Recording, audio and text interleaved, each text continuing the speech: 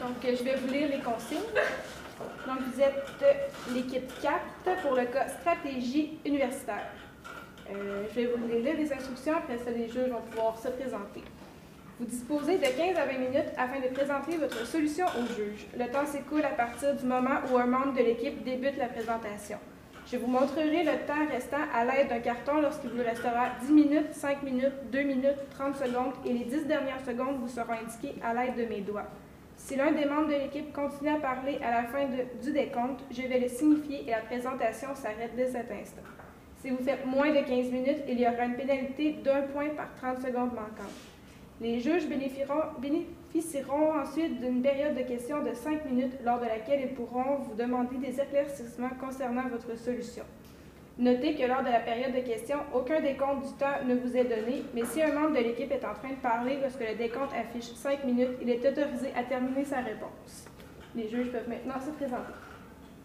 Bonjour, mon nom est Joanne Denis, je suis la conseillère senior en ressources humaines pour les études chez PepsiCo Canada Breuvage. Bonjour, mon nom est Alexandra Boulanger, je suis responsable des marchandises au PepsiCo Aliments Canada.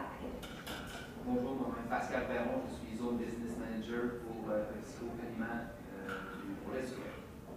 Bonjour, mon nom est Vicky, je suis coordinatrice en acquisition de talent pour le côté PepsiCo Breuvage. Bonjour, je m'appelle Pierre Néron, je suis conseillère en ressources humaines au ministère des Affaires autochtones et du Nord. Chips ou chocolat? Chocolat. Chips. Combien de fois est-ce que vous avez eu à vous poser la question? Beaucoup trop de fois. On n'aurait pas à choisir entre une chose qu'on aime vraiment beaucoup, le chocolat, et une autre qu'on aime tout autant, les chips. Heureusement pour nous, Frito-Lay's est arrivé avec la solution. Les chips enrobés de chocolat. Quelle meilleure solution qu'on ne peut pas imaginer? Malheureusement, pour une raison qu'on s'explique mal encore, le premier lancement qui a été fait n'a peut-être pas eu tout le succès que le produit méritait d'avoir. Il aurait dû en avoir plus, il y a manqué quoi. Et aujourd'hui, mon collègue Olivier Côté et Catherine Ève et moi-même, Félix Petitpas, sommes venus vous présenter en fait comment on va pouvoir s'assurer que le nouveau lancement, le deuxième lancement, est le succès que le produit a toujours eu à mériter, mais qui a peut-être pas eu la première fois.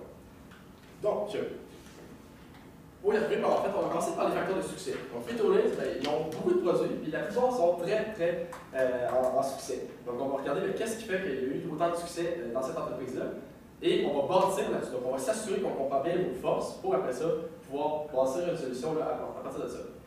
Après ça, on va analyser les opportunités. Donc, sur le marché, il y a en ce moment des opportunités que vous allez pouvoir saisir et on va s'assurer que nos solutions vont aller chercher dans ces opportunités-là, en fait, pour que le produit puisse avoir le succès là, escompté.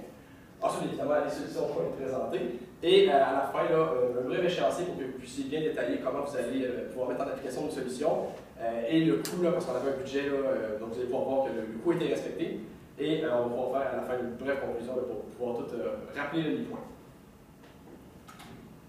En ce qui concerne les facteurs de succès, il y a premièrement le produit de qualité. Et quand on goûte ou quand vous faites goûter le produit aux gens, ils trouvent ça excellent. C'est un très bon produit, ça c'est certain. Même par apparence, c'est un produit qui se voit, qui se dit hey, wow, on voit la qualité, on voit la qualité, c'est frais, c'est juste. Ça donne la confiance. On se dit, on va en manger une chips. Ça a l'air bon, c'est sûr. Ensuite, il y a l'équipe de travail compétente. Ça, c'est sûr et certain, c'est un point fort. C'est pas au niveau des compétences ou de l'expérimentation de l'équipe. Ils sont habitués au marché, ils sont habitués à faire la mise en marché. Pour l'innovation et l'originalité, effectivement, Lay's, il y a quand même un bon roulement de nouveaux produits. C'est au moins deux nouveaux produits par mois, ce qui est quand même énorme. C'est bien parce que ça attire les gens, c'est tout le temps nouveau. Donc les gens qui sont blasés de toujours voir les mêmes produits, c'est toujours des chips, des enfants de même, ben c'est le fun parce qu'il peut y avoir des produits variés, nouveaux et originaux, comme, je sais pas, comme vinaigre, comme barbe. Je trouve pas l'idée, là, mais. Chips à la poutine. Ouais, chips à la poutine, exemple. Sinon, la notabilité de la marque, quand on s'en va à l'épicerie, c'est sûr, certains, on connaît Lay's. Ça se voit, les gens y ont confiance. Donc, si les produits sont nouveaux, les gens vont avoir confiance à cette marque-là parce qu'ils connaissent déjà. Donc, c'est une force qui est très bonne pour l'entreprise. Pour les opportunités à saisir, il y a un marché pour l'innovation, pour la nouveauté. En fait, les gens qui adorent avoir de la nouveauté, ils vont vouloir l'acheter. Donc, il faut aller chercher. Il faudrait aller chercher cette alimentation-là. Et puis, le marché pour la clientèle spécifique, c'est dans les gens qui sont plus fancy, qui ont le budget pour se payer comme quelque chose d'un peu plus de qualité. Ils vont pouvoir l'acheter, puis ils vont pouvoir avoir un produit plus comme luxueux. Sinon, la visibilité sur les réseaux sociaux, c'est important de mettre la marque, l'emballage sur les réseaux sociaux parce que les gens qui ne connaissent pas ça, ils ne vont pas oser acheter le nouveau produit. S'ils ont déjà un visuel sur les réseaux sociaux, ils vont comme l'avoir, ça va être comme conditionné dans leur esprit. Donc ça va aider. Et puis l'équipe de vente, ça serait important de s'assurer qu'ils soient toujours motivés, parce qu'une équipe qui est motivée, c'est la performance, elle augmente, l'efficacité, les gens sont plus créatifs, et puis ça l'aide pour la croissance de l'entreprise. C'est ça.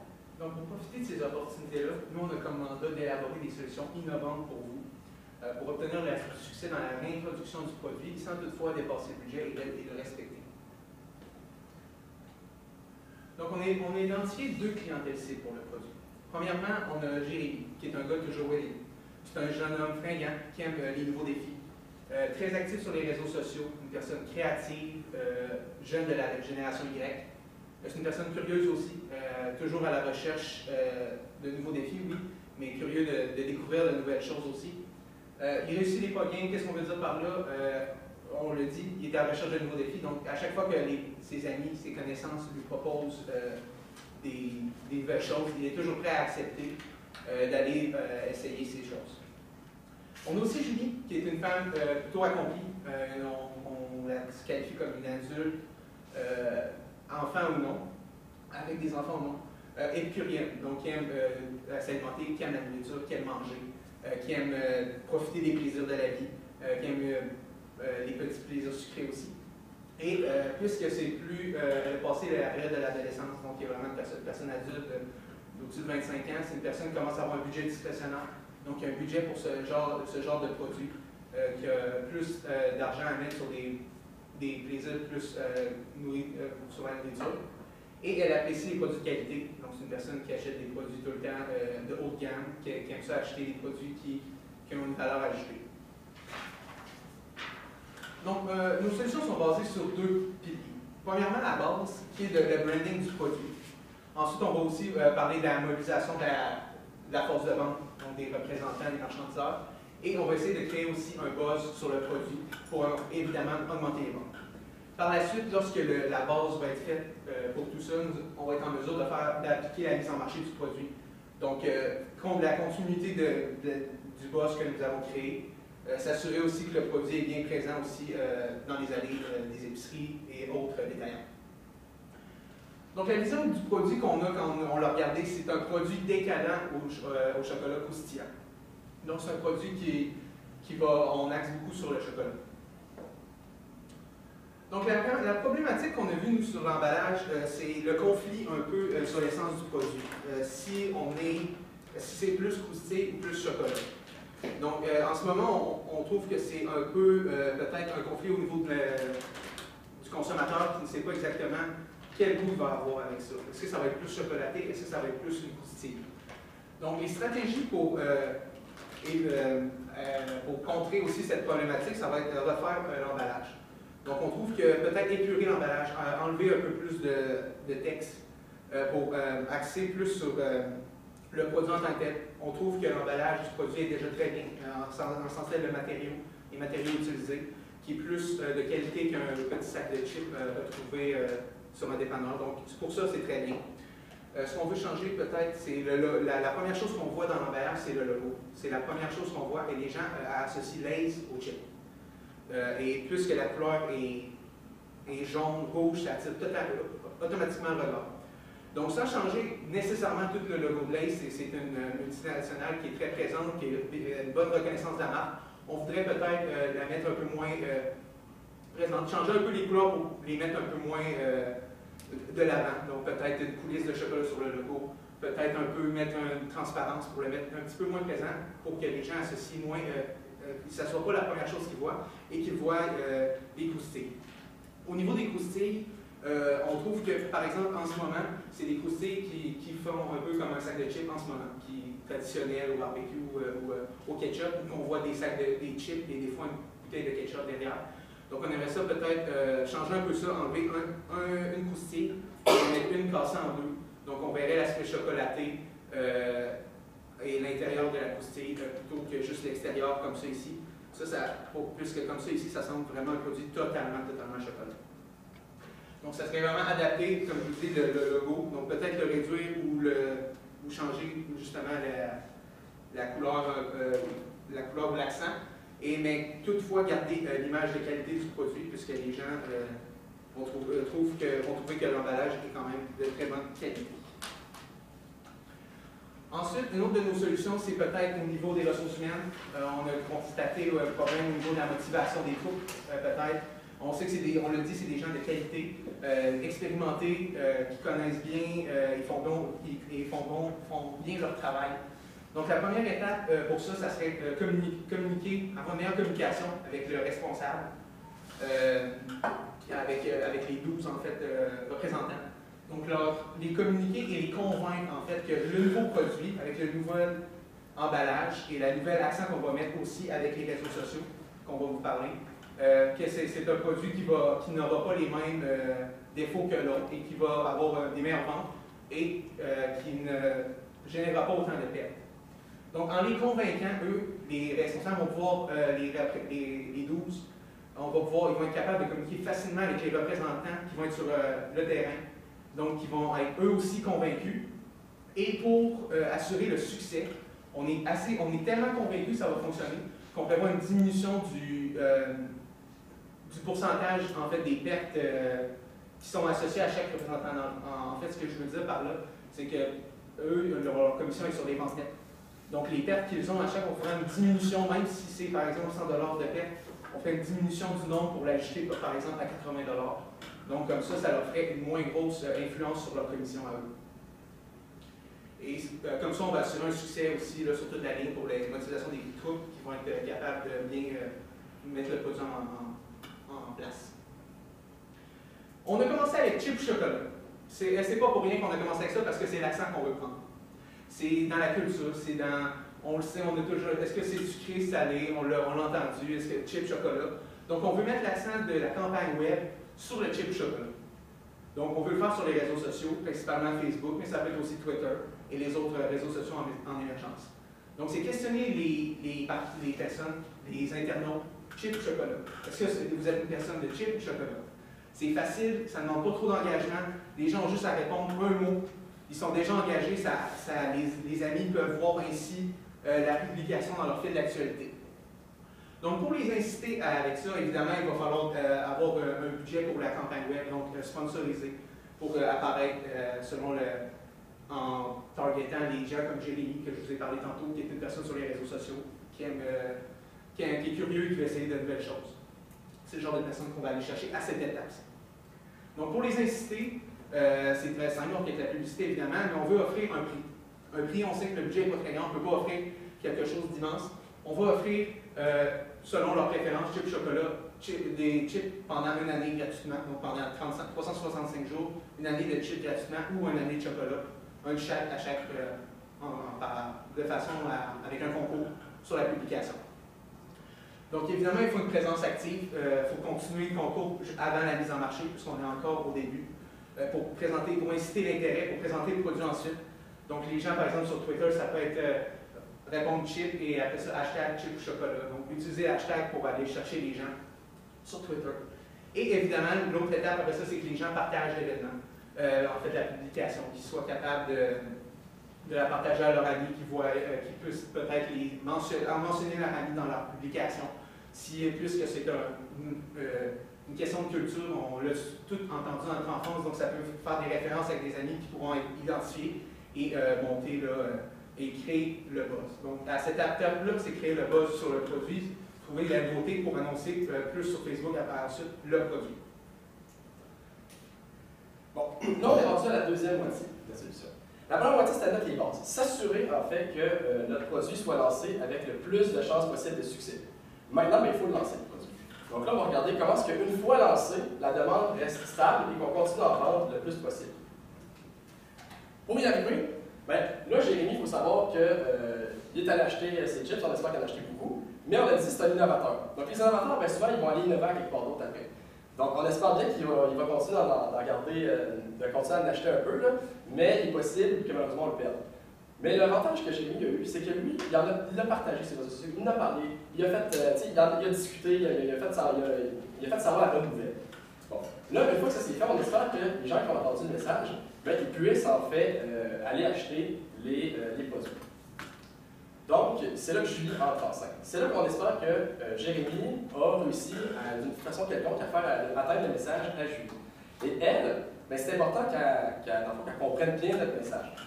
Au départ, on était avec chip au chocolat. Ça, c'était le début de la campagne, c'était pour créer le buzz, c'était pour justement que le message rentre dans les oreilles des gens comme Julie. Mais ça ne peut pas durer éternellement parce que, comme on a dit, ce produit-là, on veut vraiment mettre l'accent sur le thème, en fait, du chocolat. Parce qu'on y a goûté, ça goûte vraiment beaucoup le chocolat. Et on sent le petit côté salé là, vers la fin. Et honnêtement, autant le prix que la qualité du sac, tout ça reflète vraiment plus le marché du chocolat, je trouve, que le marché de la chips. Mais on veut garder évidemment le côté chips, là, puisque c'est ça la nature du produit. Donc, pourquoi pas le plaisir décadent au chocolat croustillant.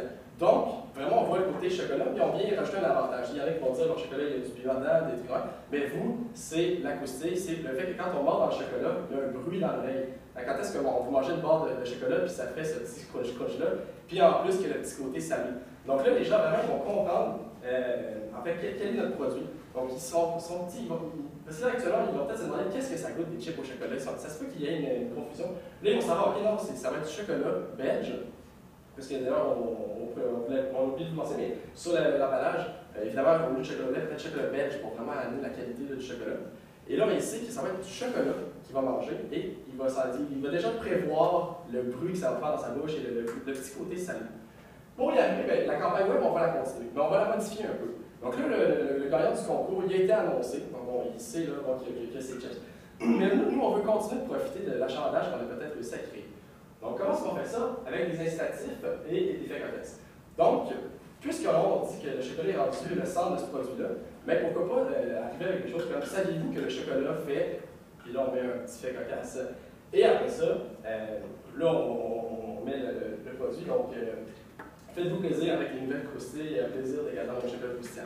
Donc vraiment, regardez l'intérêt. Donc les gens, quand ils apprennent des choses, souvent ils veulent continuer à en apprendre, donc ils vont continuer à suivre. Peut-être même créer une page Facebook juste pour ça, les gens s'ils la suivent, de temps en temps, pas chaque jour, et vous publiez un fait cocasse, puis ça peut être amusant. Donc, tant que les gens sont amusés, puis quand ils sont amusés, des fois ils se donnent même à partager l'événement, pas l'événement, mais le message, ce qui est encore mieux.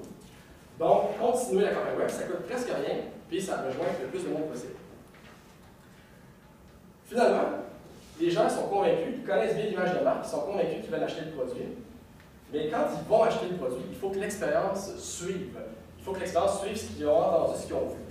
Donc, on a vu en fait les types de présentoirs qu'il y avait. La plupart étaient, à notre avis, bien pensés. Mais puisqu'on parle vraiment d'un produit quand même à 5 $ plus taxes, bien, on peut s'assurer que les présentoirs représentent aussi cette qualité-là et que les gens n'ont pas peur de prendre le produit en se demandant s'ils investissent bien l'argent. Bien sûr, ils investissent bien l'argent et il faut qu'ils le voient dès le présentoir. Donc peut-être que les gros présentoirs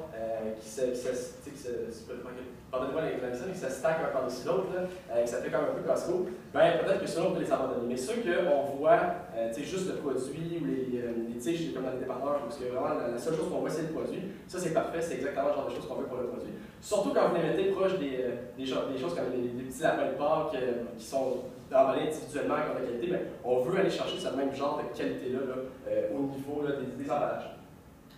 Et pourquoi pas de dégustation, pas dans les dépanneurs, pas dans les petites places, mais choisissez des grosses chaînes, un IGA, les gens, justement, ils vont là pour la qualité, mais votre produit, c'est de la qualité, dégustez-là, vous allez voir, vous allez aimer ça.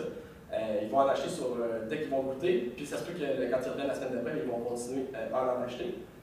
Et un suivi serré. Donc c'est sûr qu'on s'entend, c'est beaucoup de changements, c'est quand même une image complète qu'on vous présente. Donc s'assurer évidemment que cette image-là fonctionne. Donc allez, là on revient avec les ressources humaines de tantôt, mais allez à la base, au terrain, pour s'assurer en fait que les représentants voient les résultats possibles de la campagne. Au niveau budget, sur 40 000 il y a deux éléments qui coûtent un peu plus d'argent, mais c'est les réseaux sociaux et le rebranding. Et quand on parle de ressources humaines, c'est par rapport à la politique des réseaux sociaux. Étant donné qu'il nous manque un peu de temps, si vous avez des questions sur le budget, ça va être au moment des questions. Parfait. Et je pense qu'on a fait un suivi assez chronologique, donc vous allez comprendre. Finalement, pour la conclusion, donc, on commence à la base, on s'assure que le produit a été bien rebrandé, on s'assure que le produit est correct. C'est terminé. Merci. J'ai une question par rapport à votre recommandation au niveau, je crois que c'est Olivier qui l'a mentionné, 100 disons que les vendeurs ont 100 de perte, mais on enlève juste un 80 sur la paye. C'est ça que j'ai compris? Oui. OK, parfait. C'est un pourcentage, évidemment, on n'a pas les chiffres exactement. Exact. Comme c'est dur de dire un pourcentage, c'est un cet exemple. Parfait. C'est cette idée-là si tu n'atteins pas de résultats, je comprends c'est quoi l'incidence sur la motivation des employés. J'aimerais savoir par contre ce que vous pensez pourrait être excusez l'anglicisme, des watch-out au niveau des résultats de vente. Est-ce que vous croyez que ça va inciter les gens à peut-être, regarde, c'est pas grave, au pire, j'en ramène? En fait, c'est ça ma question, ça serait quoi les risques? Bien, à notre avis, il y a deux points là-dessus. Premièrement, pourquoi on a à la base mis cet incitatif-là? C'est juste pour les rassurer parce que nous, on est certain que ça va mieux se vendre qu'avant et qu'il n'y aura pas autant de pertes que la dernière fois. Le but, on ne se le cachera pas, c'est d'avoir à peu près les mêmes niveaux de pertes que vos pretzels enrobés de chocolat, qui eux est à 3, quelques %. Donc, à 3, quelques %, de toute façon, ils ne perdent pas beaucoup d'argent, donc la perte pour vous serait minime, insignifiante. Mais c'est sûr qu'avec des niveaux de perte à 700 quelques mille, là, c'est autre chose. Mais c'est sûr que si la stratégie fonctionne, de toute façon, le problème ne se poserait pas. Et évidemment, ce ne serait pas une réduction à chaque année, mais ce serait juste pour la première année, juste pour leur montrer en fait qu'effectivement la solution fonctionne. Si jamais ça n'avait pas fonctionné comme on le pense et qu'il y avait effectivement beaucoup de pertes, bien là, effectivement, ça se pourrait que la motivation de vente diminue, mais de toute façon, s'il n'y avait pas l'incitatif, elle diminuerait de toute façon parce qu'il aurait perdu de l'argent. Donc on pense que c'est un jeu à somme nulle parce que d'un côté, si vous n'enlevez pas l'argent, vous leur enlevez l'argent, mais ça les démotive, c'est des pertes. De l'autre côté, si on leur enlève mais que c'est un franc succès, ben vous ne perdez pas réellement d'argent dans le processus. Puis c'est juste pour une année, le temps que le processus, qu'on teste le produit. Moi, j'ai peut-être une question concernant votre solution pour la perception du produit en magasin. Vous avez parlé justement des dégustations pour le produit. J'aimerais savoir, d'après vous, où est-ce que l'emplacement devrait se faire dans le magasin? Moi, je pense que ça serait au niveau des confiseries proches des chocolats. On veut axer vraiment sur le chocolat, donc ça serait à l'endroit principal où on devrait faire ça. Évidemment, pas dans des petits commerces, on pense vraiment à des chaînes d'alimentation, pas des chocolats, on pense pas à des petits magasins d'accommodation. C'est vraiment à l'endroit où les chocolats sont vendus pour que les gens déjà aient la connaissance, puisque le produit est vraiment plus axé chocolat selon nos tests de goût et les tests que vous avez effectués aussi à Toronto. Donc on pense vraiment que ça serait le meilleur endroit, ça serait à côté des autres confiseries.